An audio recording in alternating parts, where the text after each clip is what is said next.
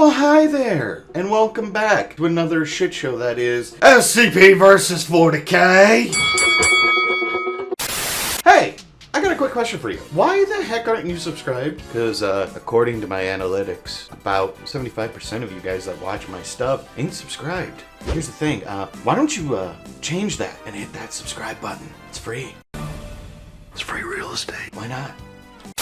I know you guys have been waiting for this, which is 999 and Vulcan versus 682 and Angron, the angry boy, but you know, we have to get things going. So, what are we going to start with? Oh, we're going to start off with Vulcan and 999 and move on to the angry side. Now, we're going to do something a little bit interesting also for this battle, I should say. It is still going to be outside the warp, inside the warp, and a battle of attrition. But with the battle of attrition, we're kind of leaning towards the 40K guys, since 999 and 682 kind of don't have any type of army. These guys are pretty much solo X, so they're basically not going to be counted as minions, but they're also going to be counted towards the minion fight. So, with that being said, let's start off with the nice boys.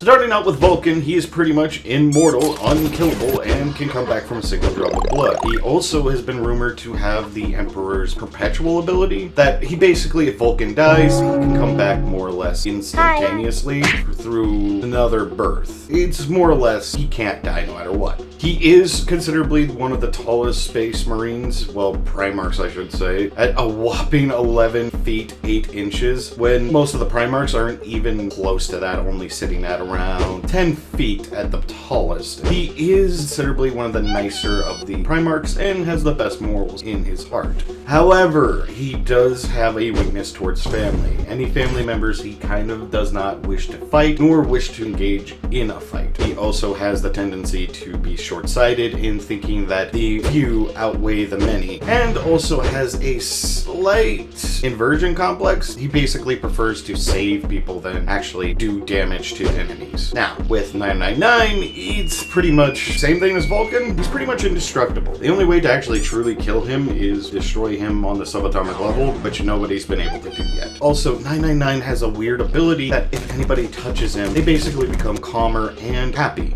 Imagine calm emotions from D&D just continuously being played as soon as you touch him, to the point where it's pretty interesting. He doesn't have many weaknesses because he's a slime. He can get in anywhere and actually shows very loyal tendencies, like a very loyal dog. With 999, he is kind of short-sighted and only has a limited intelligence. He is considerably one of, if not the weakest SCP, because quite frankly, there's nothing more that he can do besides, well, touch people and make sure everybody feels alright. He does have a tendency to lose track of what he was supposed to do if somebody gives him any type of candy, and I mean any type of candy, to the point where he actually forgot what he was supposed to do during a containment breach when he saw some M&Ms just laying around.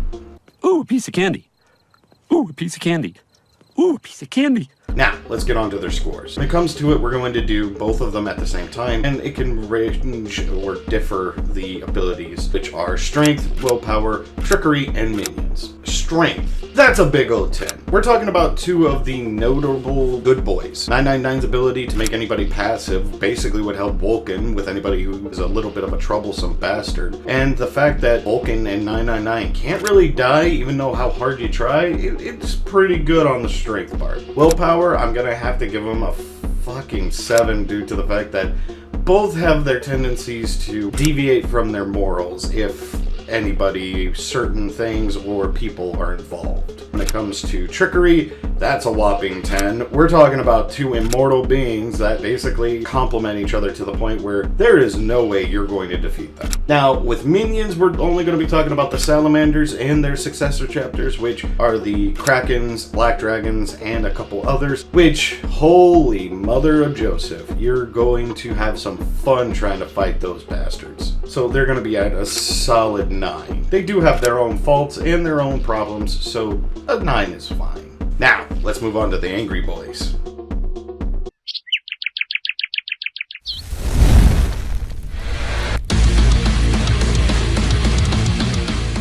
Angron and 682. What a complimentary duo this is. Angron comes up first with his undauntable power. Even in his normal non-demon Primarch form, he was considerably one of the stronger Primarchs. Even Vulcan stated he probably would lose in a straight-up fight against Angron. In his demon form, Angron is one of the strongest beings in the 40k universe, able to destroy a thing known as the Astral Lighthouse, which was basically the opposite side of the universe that was blackened and away from the Emperor's light. He was able to destroy it with a single swing. Mind you, he did have help from Khorne, but it's still insane to think that he was able to wield the power of Khorne to the point where he didn't die. That's pretty baller, not gonna lie. And I know, people are gonna say, well, there are people that use Khorne's ability all the time. Yeah, but not to the extent where Khorne literally used an astral projectionary form inside of you. That's a lot of power. He does have anger issues and is short-sighted sometimes when it comes down to certain individuals because he'll target a certain person more than he'll actually fight. So yeah, there's that big notch in the belt. There is an issue with a couple things with him. He doesn't listen to his soldiers, and his soldiers really don't listen to him. Oftentimes they fight, and oftentimes he's had to kill people. Hell, the literal commander of one of his ships, she was such a badass that even the warband of Angron was scared of her. That's how much of a monster these people are. Now, 682. Oh boy, the unkillable lizard, literally mutating and coming into new ideas every single day. It's one of the few times where you're gonna have to say, do I wanna live or do I wanna die? I wanna live, so I'm gonna run. 682 is indestructible. His mutationary abilities are top-notch, able to literally mutate to any and all threats. There is a problem though with him in the sense that he believes that he is the perfect being. My name is Shadow.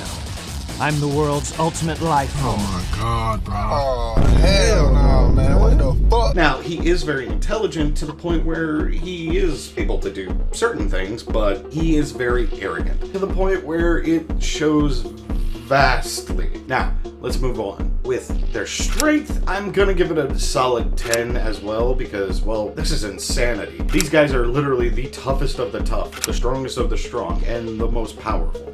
Willpower, that's where they kind of tank it. Willpower is at a solid 5. These guys have no wishing or will to do what they wish. Hell, the Scarlet King had to literally explain and force 682 to do his bidding because 682 didn't want to do it. Trickery is at a solid 10. These guys basically don't die, they don't lose, and they're pretty much the hardest thing to kill. That being said, there are some drawbacks to that as well. And when it comes to minions, yeah, we're gonna give them a solid, I'll give them a solid 10. They're pretty much the same as Angron, and they're pretty much hard to kill. Not to mention the named variants of soldiers, which there's a long list for the World Eaters. So yeah, that's just no. So now that that's been said, we looked at the fighters, let's go into it. Outside the war. Well, hate to break it to you, but I'm gonna have to give this one to the good boys. Literally, Vulcan is unkillable. 999 basically was able to subdue 682 multiple times, and also Angron with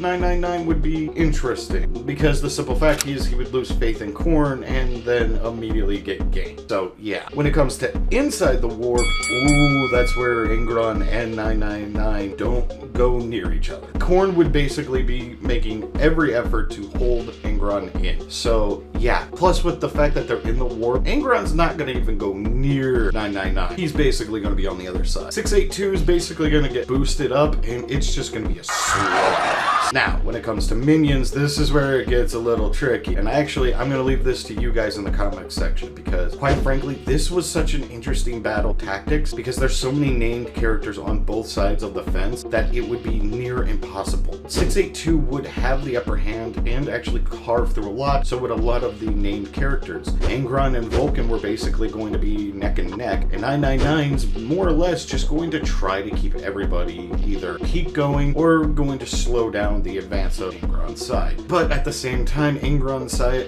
is going to be weakened due to the fact that a lot of the Salamander successor chapters are going to be there as well, and it's just going to be a nightmare to tell you who wins this. So yeah, I'm going to leave it in the comment section below. So who do you think actually wins this fight? So yeah, that was basically the most interesting fight you'll probably see in a while. I know that a lot of people are probably going to say, well, this was a cop-out, you didn't actually declare a winner. Well, it's because it's an interesting fight, and I'd actually like you guys to talk about it. Also, with that being said, I would like for you guys to come join my Discord, or hell, come watch me stream. I'm always streaming on the weekends. It's usually either some games, or right now we're actually talking about getting a once-a-month D&D section going. So hey, why not? It's free, you don't have to stop by. You can just say hi and say, I'm out. But with that being said, thank you guys so much for watching. If you like this, please leave a like and a subscribe. And don't forget to hit that bell button. And, as always, remember, for the Emperor!